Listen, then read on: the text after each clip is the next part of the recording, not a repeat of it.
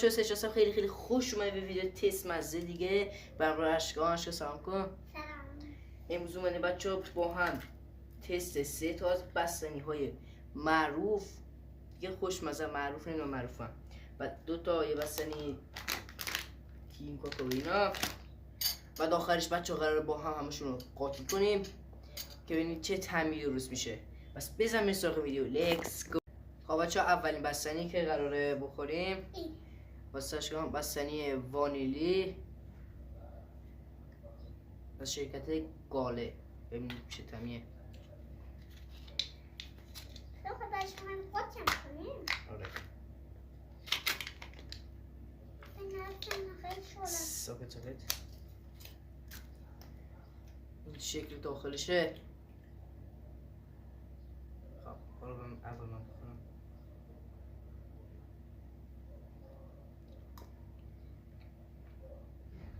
بد نیست.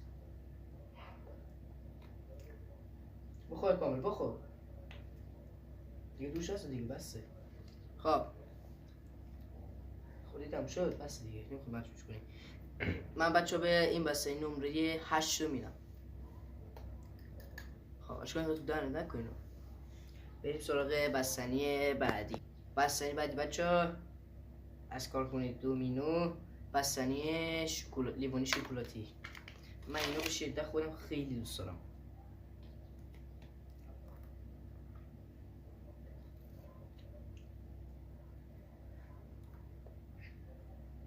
همش بچه فرق کرده.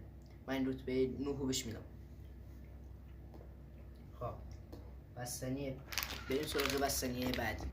بستنی بعدی هم بستنی شکلاتیه.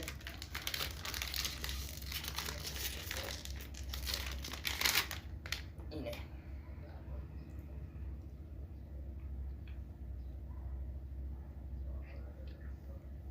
من بچه به این رتبه 10 میدم. حالا بریم 3 تاشون رو با هم مخلوط کنیم. خب بچه ما همشون رو 3 تاشون رو قاطی کردیم. حالا بریم برای تست ببینیم چجوریه.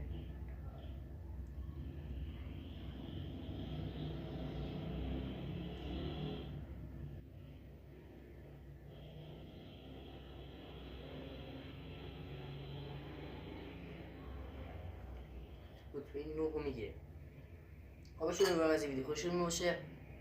حتما کانال یوتیوب منو دنبال کنید، کانال آپارات منو دنبال کنید، کانال اینستاگرام دنبال کنید تا ویدیو بعدی. بای بای.